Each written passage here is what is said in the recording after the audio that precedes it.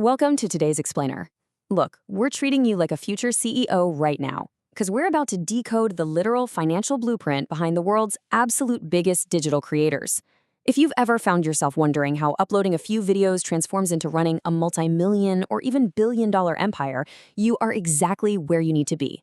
We're going to break down the raw data, the earnings, and the actual business models making it happen. Here is a quick rundown of our syllabus for this masterclass. We'll be hitting the richest YouTubers in 2026, the real rules of monetization, going beyond basic ad revenue, the incredible rise of India's female digital moguls, the power of authentic trust, and finally, protecting that creator brand. Let's jump right in. Section 1. The richest YouTubers in 2026, the billion-dollar apex. So, who actually takes the #1 spot for the richest YouTuber in 2026? You might have some massive global celebrities in mind, but the wealth we're talking about here is honestly staggering. It rivals and in many cases completely surpasses traditional sports icons or movie stars. Brace yourselves, $2.6 billion. Or, if we're talking Indian rupees, a massive 21,500 crores. That is Mr. Beast's estimated net worth in 2026. With over 479 million subscribers, his main channel alone pulls in an estimated $85 million, roughly 700 crores, in just a single year. So yeah, go ahead and scratch that old image of a vlogger sitting in their bedroom. This proves that content creation isn't a hobby anymore. It is a massive, highly oiled corporate enterprise. Section 2. Rules of YouTube monetization. Earning your first dollar. Okay, before we start counting billions, you gotta get your digital business off the ground, right? The Fast Track into the YouTube Partner Program currently demands 10 million Shorts views in a 90-day window. Hit that and you unlock multiple baseline income streams. You get your traditional pre-roll and mid-roll ads, a slice of YouTube Premium subscriptions based on watch time, plus direct income via super chats and channel memberships. Oh, and a quick pro tip for you future entrepreneurs out there. Yes, this income is absolutely taxable. Once the money really starts flowing, the top creators actually set up limited companies just to manage those taxes efficiently. Now take a look at this, because this is fascinating. Geography drastically shifts your baseline revenue. We're looking at Shorts RPM here, which is revenue per mil. In the US, audiences generate significantly higher pooled Shorts revenue, around 3 to 8 cents per 1,000 views. But for Indian audiences, it sits at a fraction of a single cent. It just shows how where your viewers live fundamentally changes the math of your entire business. And hey, it's not just the where, it's the what. Choosing a high-value niche like finance or tech is critical. Advertisers are literally willing to pay a massive premium to reach those specific high-income viewers. We're talking up to $40,000 for a million views on a tech review. But a million views on a meme compilation? That might only scrape together $1,000. Not all views are created equal, for sure. Section 3. Going beyond simple ad revenue, the AdSense illusion. So, relying just on AdSense? Total trap. If you want real wealth, you have to diversify. This chart is a perfect example of what we call the AdSense illusion. Look at Mr. Beast's estimated $82 million income for 2025. That's nearly 680 crores. Only 23% of that comes from YouTube ads. Actually, his videos cost so much to make that ad revenue alone operates at a loss. The real wealth, that's the 54% from massive brand deals and the 15% from his own Feastables chocolate brand. AdSense is just the floor. Your own business, that's the ceiling. Let's zoom out and compare the broader playbooks here.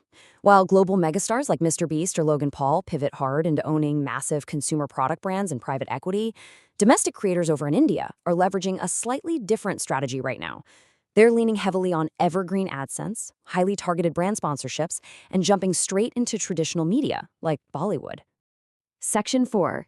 India's female digital moguls and their blueprints of success. Let's really look at that domestic market, because the business lessons from India's top female creators are absolutely incredible.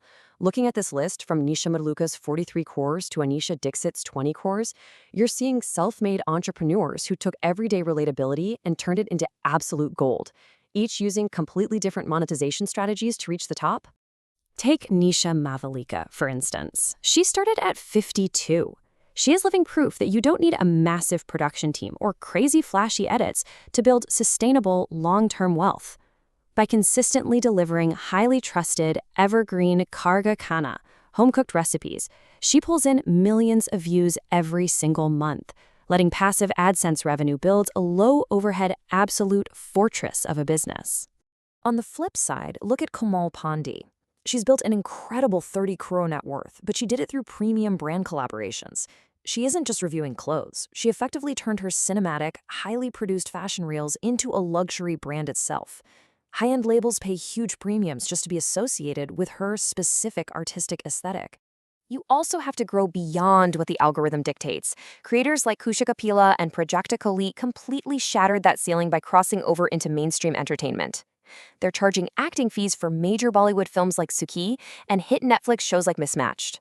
Meanwhile, Anisha Dixit leverages her persona to anchor massive, engaging, sponsored digital campaigns. They're acting as true media conglomerates. Section 5. The Power of Authentic Trust. Here's the secret sauce, guys. None of those millions of dollars or crores of rupees happen without the single most vital asset in this business model: trust. The reality is, consumers today want insider knowledge and genuine passion. As traditional direct-to-consumer brands struggle to hold our attention online, they're being forced to rely almost entirely on creators. Why? Because we can all spot corporate polish from a mile away. Creators offer genuine connection, which is exactly why they command the highest sponsorship rates in the industry. So if you want to succeed today, you've got to transition from a mere content creator to a creator entrepreneur. No more just taking a quick selfie for $100. You hold profit and loss responsibility now. You build products based on deep audience insights, and you treat your personality as an enduring corporate strategy. Section 6. Protecting the creator brand. Governance at scale.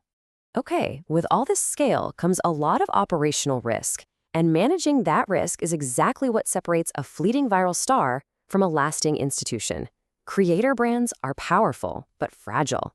That is a sobering reality to keep in mind.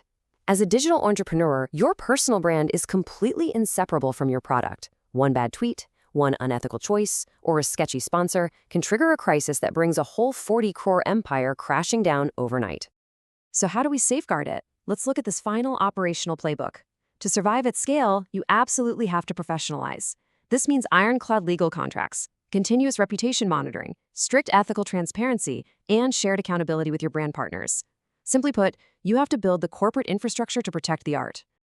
As the creator economy rapidly takes over as the center of modern business, the ultimate question for your own entrepreneurial journey is this: are you going to remain just another channel for people to watch, or are you going to use it to build the strategic blueprint for a billion-dollar brand?